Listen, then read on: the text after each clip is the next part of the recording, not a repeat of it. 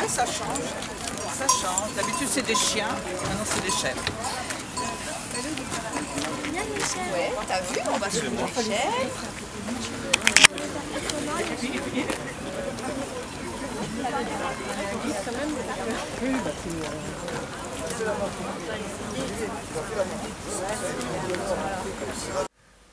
Voir si nombreux en soutien à l'objet même de notre engagement, à savoir l'entraide entre les familles dans un membre autiste. À compter du diagnostic, les familles se trouvent face à un vide et ont besoin d'un soutien tant moral qu'administratif, juridique ou financier. Mais quel est ce collectif? Une famille se trouve en difficulté à pouvoir poursuivre la scolarité de son enfant autiste et TDAH. Un ami leur dit « Je vous aiderai jusqu'à ce qu'on trouve une solution pour ce gosse ». Et cet ami réalise alors l'ampleur de la tâche. Il est tenace, il passe ses journées au téléphone, dans des administrations et en recherche documentation sur le sujet de l'autisme. Il soutient sans relâche les parents qui aussi combattent un système lourd et quelquefois sans solution. L'idée alors est venue de créer un groupe Facebook pour faire le lien entre les familles et s'entraider dans les problématiques respectives. Le groupe prend alors de l'importance. L'ami en question est sollicité pour aider d'autres familles face à l'impasse et aux graves difficultés. Le cercle s'agrandit. Le collectif compte aujourd'hui plus de 550 membres. L'ami propose aux familles le challenge de tenir le premier salon de l'autisme du secteur, un salon qu'il souhaite instructif, mais aussi et surtout chaleureux. Ce salon représente une lourde organisation. On a été porté par des familles, également des personnes non concernées, mais solidaires, avec tout en commun cette volonté de faire avancer les choses en matière de prise en charge et d'aide des personnes autistes et de leurs proches. Ainsi, aujourd'hui, nous remercions sincèrement tous les professionnels qui ont répondu présents et leur générosité quant aux propositions qu'ils nous ont faites pour faire vivre ce salon. Désolée, je bafouille un peu, mais je suis un peu stressée. Tu veux que je termine? Oui, s'il te plaît. Je ferai la relève pour les remerciements. Donc, également, nous remercions la ville de Florange pour son partenariat, la mise à disposition des salles, d'une partie du parc de Bétange, les conseils du personnel communal, toujours bienveillant, le service de communication pour son écoute et son efficacité. Tous ces éléments vont permettre la réussite de ce salon.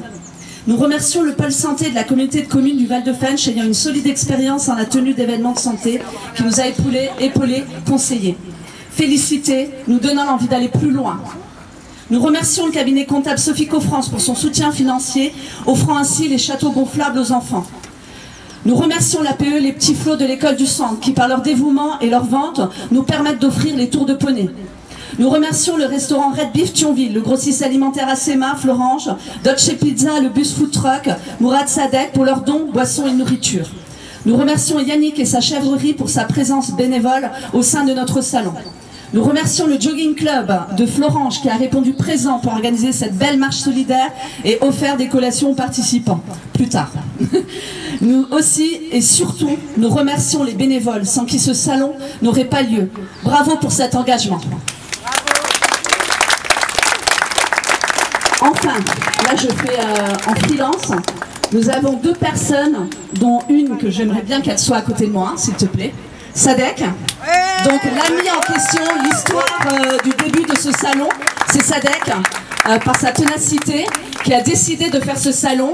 Et ben voilà, on y est, les familles sont déjà très contentes du résultat, la réussite est pour nous.